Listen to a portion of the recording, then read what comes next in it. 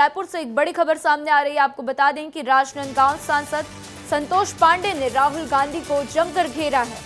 तो लोकसभा में महादेव सटायप का मामला संतोष पांडे ने उठाया और कहा कि छत्तीसगढ़ के पूर्व मुख्यमंत्री जी महादेव के नाम पर सट्टा चला रहे थे और वो निपट गए। तो भगवान शंकर को आसानी से ना लें, बात बात में चित्र दिखाने की कोशिश भी ना करें। आपको बता दें कि कल राहुल गांधी ने लोकसभा सदन के अंदर जो है शिव जी की तस्वीर दिखाई थी, साथ ही इस्लाम की बात की, गुरु नानक देव की उन्होंने तस्वीर दिखाई, जिसके बाद से राहुल गांधी को जमकर घेरा गया और एक के बाद एक राहुल गांधी के ऊपर टिप्पणियां भी सामने आई थी। और आज एक बार फिर देखने को मिल रहा है कि संतोष पांडे, राजनांदगांव सांसद संतोष पांडे ने राहुल गांधी को जमकर घेरा है और उन्होंने लोकसभा में महादेव सट्टा ऐप का मामला उठाया है। तो संतोष पांडे ने कहा कि छत्तीसगढ़ के पूर्व मुख्यमंत्री जी महादेव के नाम पर सट्टा चलाते थे और वो निपट गए। राहुल गांधी जी बार बार भगवान शंकर का फोटो दिखा रहे थे। वो भगवान भोलेनाथ है, भगवान शंकर है, ये आपकी फितरत में है। आपने छत्तीसगढ़ में, मैं नाम नहीं लूंगा, आपके पूर्व मुख्यमंत्री का जो निपटा दिए छत्तीसगढ़ को, और वो आकर के लोकसभा में भी निपट गए। वो महादेव जी के नाम से सट्टा चला रहे थे, जिसे छत्तीसगढ़ की जनता ने निपटा दिया। जय संविधान। राहुल गांधी जी बार बार भगवान शंकर का फोटो दिखा रहे थे। वो भगवान भोलेनाथ है, भगवान शंकर है, ये आपकी फितरत में है। आप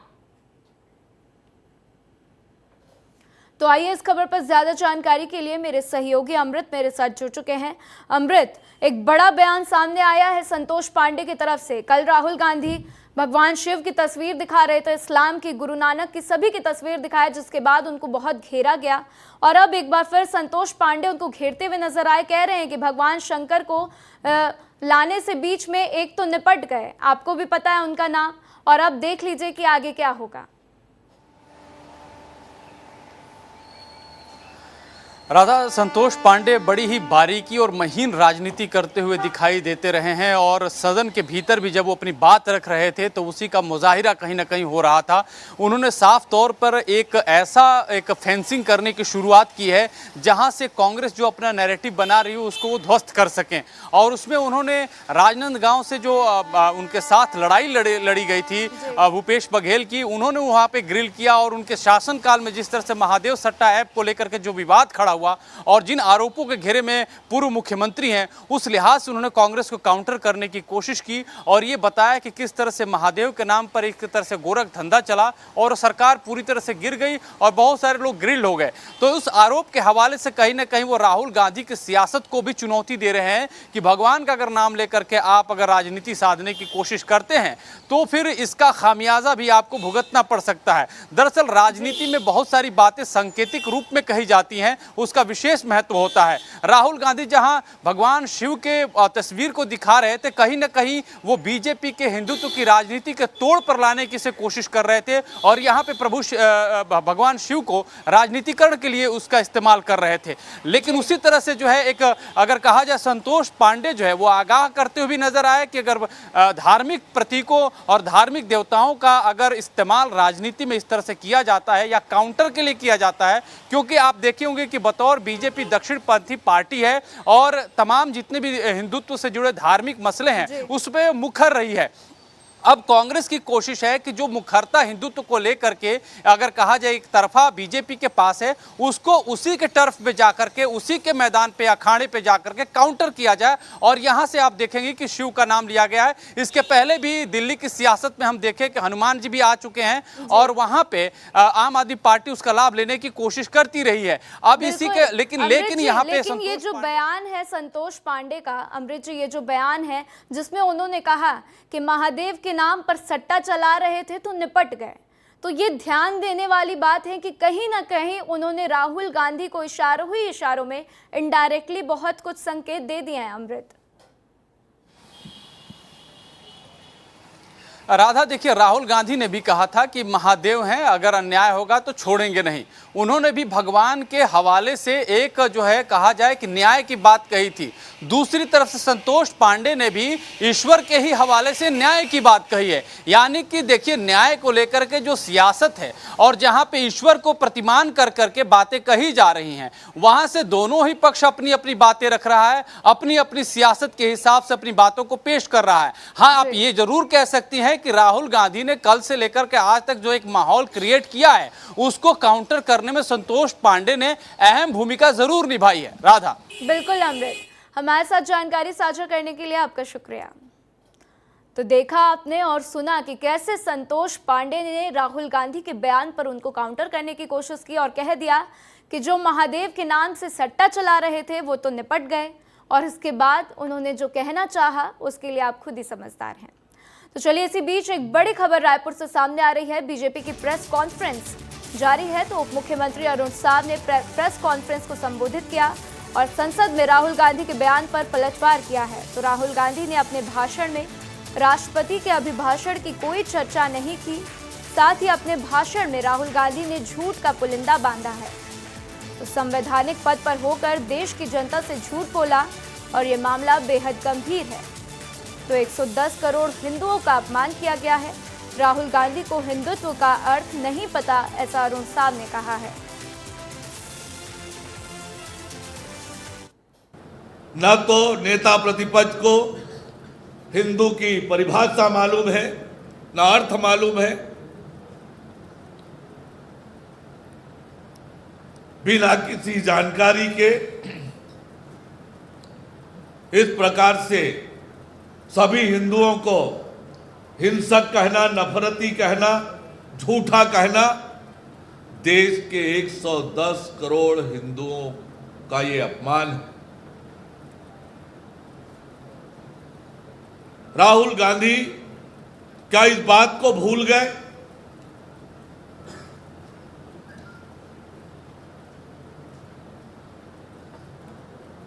कि हिंसा किसने की? आपातकाल लगाकर संपूर्ण देश को कारावास बना दिया, जेल बना दिया, जेल में ठूस दिया। इसी बीच रायपुर से एक और बड़ी खबर सामने आ रही है। हार की समीक्षा के बीच कांग्रेस में लेटर बम फूट गया है। तो कांग्रेस की समीक्षा के दौरान सामने आया था गुमनाम पत्र। मामले में उप मुख्यमंत्री अरुण साव का बयान सामने आया। कांग्रेस में सिर्फ फुटबॉल होना ही है, ऐसा अरुण साव का कहना है। तो कांग्रेस के कार्यकर्ता लगातार नेताओं पर आरोप लगा रहे हैं और बलि का बकरा कौन होगा ये आने वाले समय में तय होगा।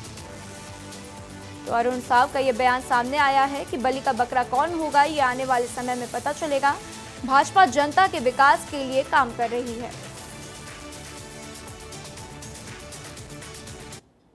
देखिए, कांग्रेस में सिर फुटबॉल होना ही है। जिस प्रकार के आरोप, गंभीर आरोप कार्यकर्ता लगा रहे हैं, तो कांग्रेस में सिर फुटबॉल होना है। और अब बलि का बकरा कौन बनेगा चुनाव के हार का, ये देखने वाली बात होगी।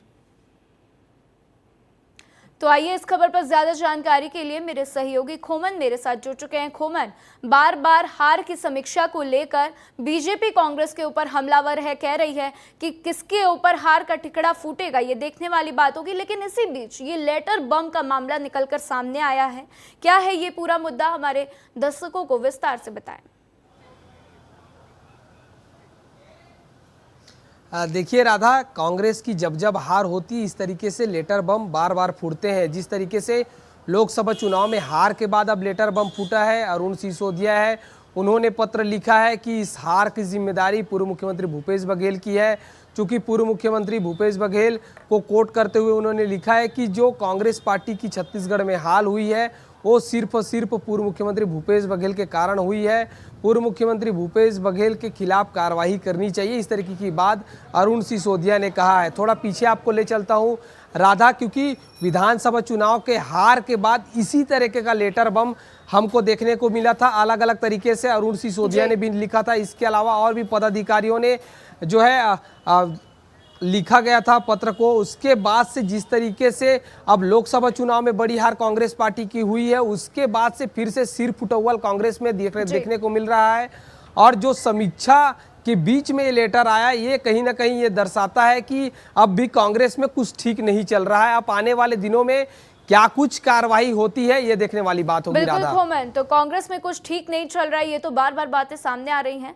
फिलहाल हमारे साथ जानकारी साझा करने के लिए आपका शुक्रिया।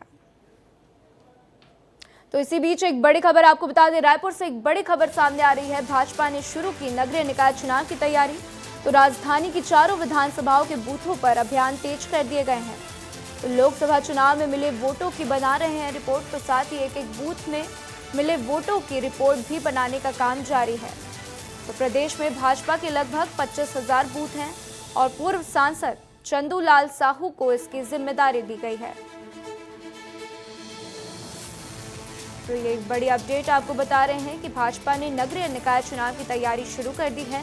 साथ ही नगरीय निकाय चुनाव के पहले वार्डों के लिए राशि भी जारी कर दी गई है। तो मामले में उप मुख्यमंत्री अरुण साव का बयान भी सामने आया है।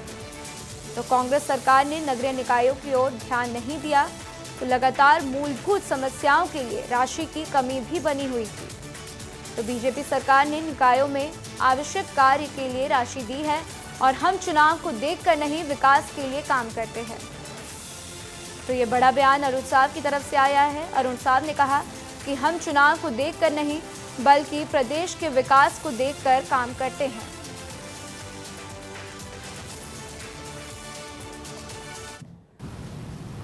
कांग्रेस ने 5 साल में नगरों की क्या दुर्दशा की है, सबके सामने है।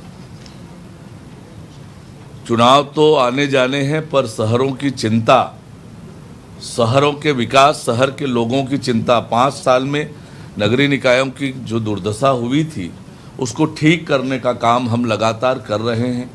चुनाव से इसका कोई लेना देना नहीं है।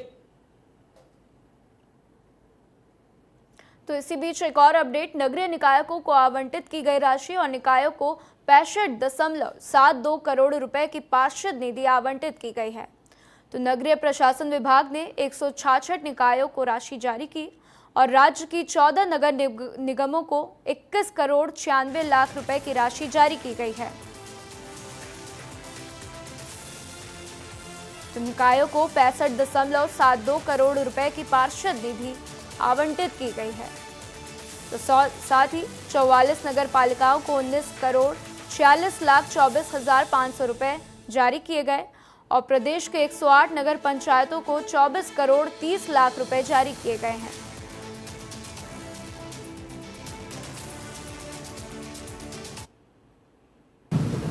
जब से प्रदेश में भारतीय जनता पार्टी की सरकार बनी है, नगरीय निकायों में मूलभूत सुविधा बढ़ाने के लिए, नगरीय निकायों के विकास के लिए लगातार राशि उपलब्ध करा रहे हैं। अब तक 1300 करोड़ रुपए से अधिक की राशि हम लोगों ने नगरीय निकायों को जारी किया है, अलग अलग मद और अलग अलग योजनाओं से। अभी पार्षद निधि की राशि, शेष जो बची हुई राशि थी, वो जारी की है। तो इस खबर पर ज्यादा जानकारी के लिए मेरे सहयोगी रोहित मेरे साथ जुड़ चुके हैं। रोहित, नगरीय निकायों को नई राशि जो है प्रदान की गई है, आवंटित की गई है। अरुण साहब का ये बयान सामने आया है कि प्रदेश में राजनीति के लिए नहीं, बल्कि विकास के लिए जो है वो काम करते हैं और अब नगरीय निकाय के आगे चुनाव भी होने, तो ऐसे में क्या कुछ जानकारी आपको मिल रही है रोहित? बिल्कुल, देखिए राधा, नगरीय निकाय का चुनाव होने वाला है, बहुत कम समय बचा हुआ है। पार्षद के साथ पे महापौर तमाम लोग तैयारियों में जुटे हुए हैं, लेकिन इससे पहले सरकार की ओर से बड़ा तोहफा जो है वो देखने को मिला है। नगर निगम, नगर पालिका और पंचायतों को ये राशि जारी की गई है और कुल 65 करोड़ रुपए की राशि जारी की गई है, जिसका पार्षद अपने हिसाब से, अपने मत से वहां पर उपयोग कर सकेंगे, खर्च कर सकेंगे, ताकि नगर निगम की सुविधा और जो वार्ड है उसकी सुविधा बढ़ाई जा सके। और अब तक की स्थिति में बात करें तो भाजपा शासनकाल आने के बाद में लगभग 6 महीने में 1300 करोड़ रुपए के आसपास की राशि जो है वो शासन जारी कर चुकी है, ताकि बेहतर जो व्यवस्थाएं हैं आम लोगों को मिल सके। नगर पालिका, नगर निगम या पंचायत के स्तर पे जो तमाम लोग रहते हैं, तो निश्चित तौर पर इससे फायदा होगा। और जो आरोप लग रहे हैं, कहा जा रहा है, लेकिन उस सब के बीच में एक बड़ा तोहफा जो है वो तमाम नगर निगम, नगर पालिका और पंचायतों को मिला है। बिल्कुल रोहित, हमारे साथ जानकारी साझा करने के लिए आपका शुक्रिया। तो इसी बीच रायपुर में तात्यपारा का चौड़ीकरण 15 सालों से लंबित है। पिछली कांग्रेस की सरकार ने इसके लिए राशि स्वीकृत की थी। तो वहीं रायपुर नगर निगम में हुए 2 MIC की बैठक में प्रमुख एजेंडे के रूप में तात्यापारा सड़क चौड़ीकरण को लेकर चर्चा भी हो चुकी है। तो महापौर ने सड़क चौड़ीकरण को लेकर कांग्रेस काल में स्वीकृति की गई राशि न मिलने पर आर या पार की बात करते हुए नजर भी आ रहे हैं। तो महापौर Ejaz Dhebar SDM, ADM, DM और CS से लेकर मंत्री तक मुलाकात कर चुके हैं। साथ ही पिछली बार जब महापौर ने नगरीय प्रशासन मंत्री अरुण साव से मुलाकात की थी और जिसके मुलाकात के बाद में महापौर ने जानकारी दी थी कि हमें 7 दिन का आश्वासन मिला है, लेकिन काम शुरू नहीं होने पर सड़क में लड़ाई लड़ने की तैयारी भी कर ली गई है।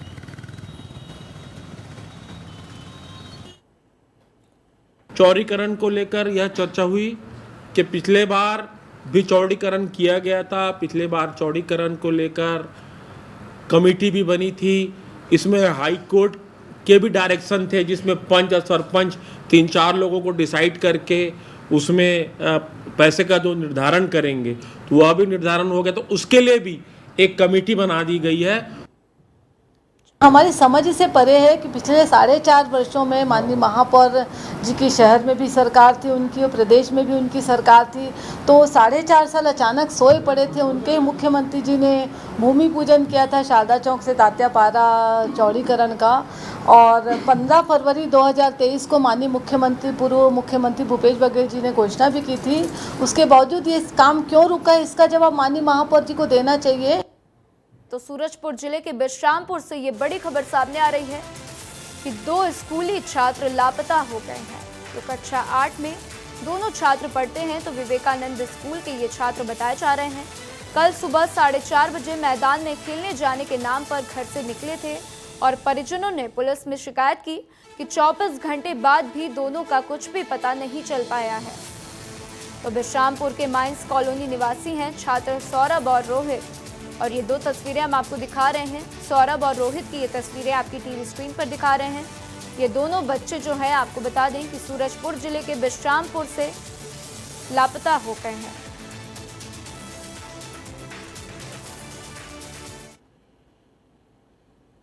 इसी बीच मुंगेली से एक बड़ी खबर सामने आ रही है। धान खरीदी कर्मचारियों की जमानत याचिका खारिज कर दी गई। हाईकोर्ट और सेशन कोर्ट ने याचिका खारिज कर दी है। तो वहीं रामदास बंजारा ने हाईकोर्ट में जमानत याचिका लगाई थी। तो धान खरीदी प्रभारी थे, आपको बता दें कि रामदास बंजारा अखरार धान खरीदी केंद्र के प्रभारी ने सेशन कोर्ट में याचिका लगाई थी। तो कंप्यूटर ऑपरेटर ने सेशन कोर्ट में जमानत याचिका लगाई थी। तो धान खरीदी में अनियमितता कर शासन को लाखों रुपए पहुंचाई गई थी क्षति। तो कलेक्टर के निर्देश पर दोषी कर्मचारियों पर भी कार्रवाई की गई और साथ ही FIR की कार्रवाई की गई। तो धान उठाव में रुचि नहीं लेने वाले मिलर्स पर भी एक्शन की तैयारी की गई है। तो मिलर्स का पंजीयन निरस्त कर ब्लैकलिस्ट करने की भी तैयारी तेज हो चली है।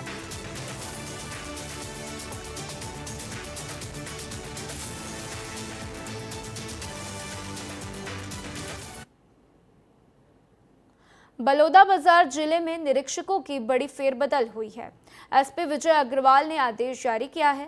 थाना प्रभारियों का ट्रांसफर भी कर दिया गया है। आपको बता देते हैं कि बलौदाबाजार जिले में निरीक्षकों के ऊपर बड़ी कार्रवाई की गई, बड़ा फेरबदल किया गया, जहां पर SP विजय अग्रवाल ने आदेश जारी किया है और साथ ही थाना प्रभारियों का ट्रांसफर किया गया है।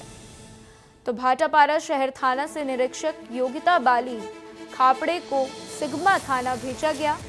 तो वहीं कसडोल से निरीक्षक परिवेश तिवारी को भाटापारा शहर भेजा गया है। तो निरीक्षक गोपाल धूप को सिमगा थाना से प्रभावी यातायात शाखा भाटापारा और साथ ही निरीक्षक रितेश मिश्रा को भाटापारा यातायात से कसडोल थाना प्रभारी बनाया गया है। तो निरीक्षक प्रणाली के वैध रक्षित केंद्र में साइबर सेल के प्रभारी अब कमान संभालेंगे।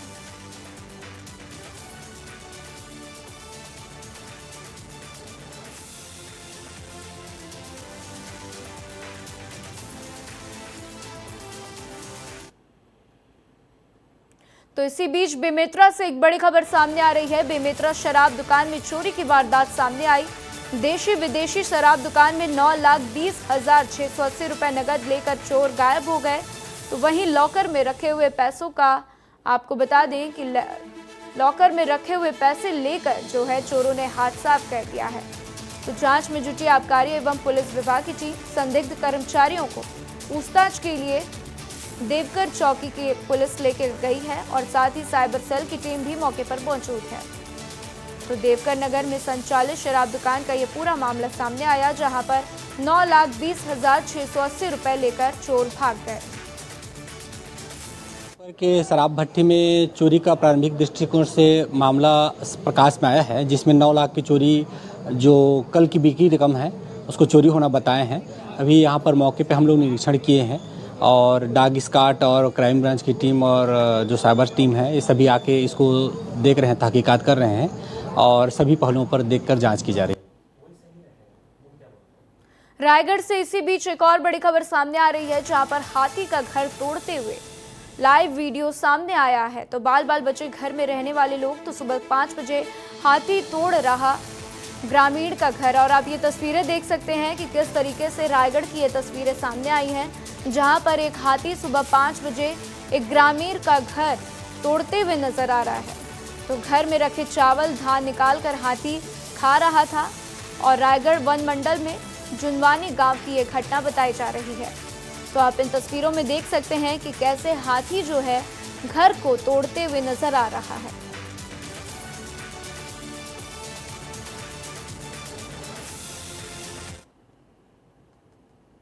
इसी बीच रायपुर से एक और बड़ी खबर सामने आ रही है, जहां पे कांग्रेस में एक और लेटर बम फूट गया है। तो पूर्व निलंबित महामंत्री अरुण सिसोदिया ने चिट्ठी लिख दी है। केसी वेणुगोपाल के नाम पर यह चिट्ठी लिखी गई। आपको बता दें कि हार के लिए दीपक बैज समेत भूपेश बघेल और कई नेताओं को जिम्मेदार बताया है।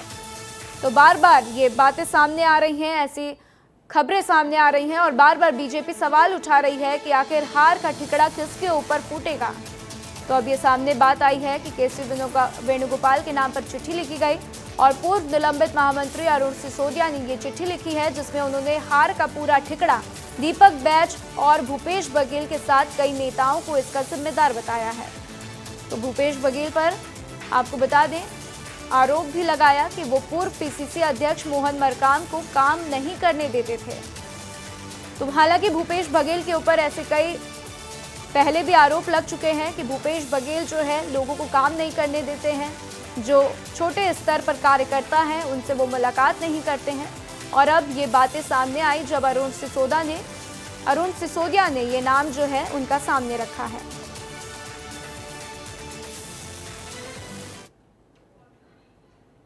तो सक्ती जिले के चंद्रपुर विधानसभा के विधायक रामकुमार यादव ने अनोखी पहल की।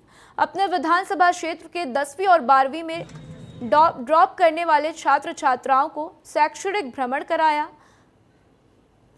माफ कीजिएगा, आपको बता दें कि अपने विधानसभा क्षेत्र के 10वीं और 12वीं में टॉप करने वाले छात्र छात्राओं को शैक्षणिक भ्रमण करवाया।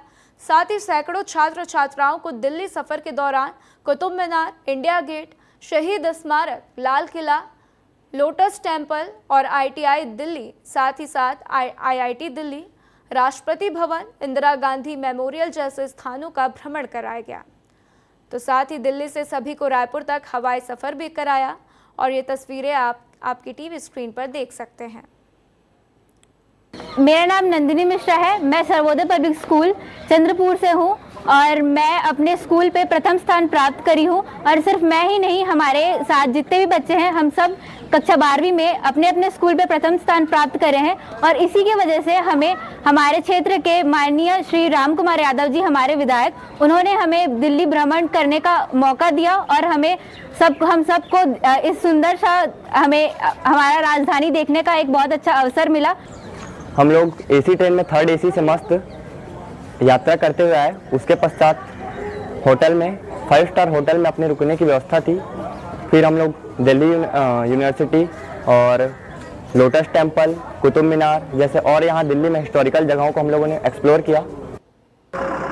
चंद्रपुर विधानसभा के जो हाई स्कूल हायर सेकेंडरी में जो प्रतिभावान बच्चे हैं विशेष करके जो 12वीं में जो टॉपर होते हैं अपने स्कूल में, उनको मेरे तरफ से शैक्षणिक भ्रमण कराता हूँ और लोगों के सहयोग से, हमारे कार्यकर्ताओं के सहयोग से, हमारे क्षेत्र के सामाजिक कार्यकर्ताओं के सहयोग से, ताकि वो दुनिया को देखें, समझें कि दुनिया कैसा है।